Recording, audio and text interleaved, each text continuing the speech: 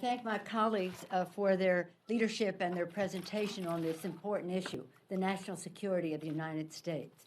It's really their presentation. I'm here to answer questions if you have any.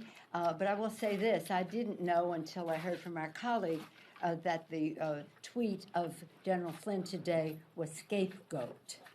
Scapegoat. You know what a scapegoat is? That means in a community where people want to absolve themselves of guilt, they get a goat and they heap all of the ills onto the goat, and then they run the goat out of town. So the inference to be drawn from his statement is that other people have blame that should be shared in all of this. The good news is that General Flynn is gone because he was totally inappropriate, wrong for the job. But the questions that arise are even bigger. I have a tweet I'm going to make. I'm telling my staff right now. It's not scapegoat. It's Stonewall, and that's exactly what the Republicans in Congress are doing. The Intelligence Committee has said they're not pursuing this. The Judiciary Committee said they're not pursuing this.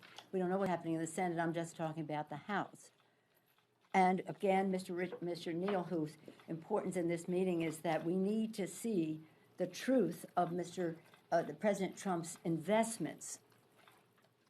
His committee has the authority, the chairman of the committee in the House or the chairman in the Senate, Chairman Brady or Chairman Hatch, and in addition to that, Finance Committee and Ways and Means Committee, the Joint Committee on Taxation, the chairman of that committee, Mr. Brady, again, have the authority to ask the the Secretary of the Treasury for the tax returns of anyone in our country if there's reason to know that.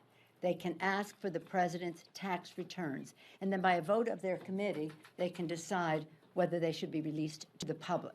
So there's another stonewalling because they said they can't be caught up in, rummaging.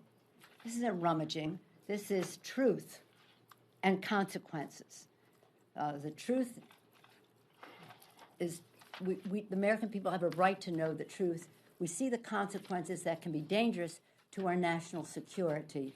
We want to know by what authority did General Flynn have these conversations, and who did he report to after that, among the other questions that our colleagues have posed. I'm sure they'll be pleased to answer any questions you may have.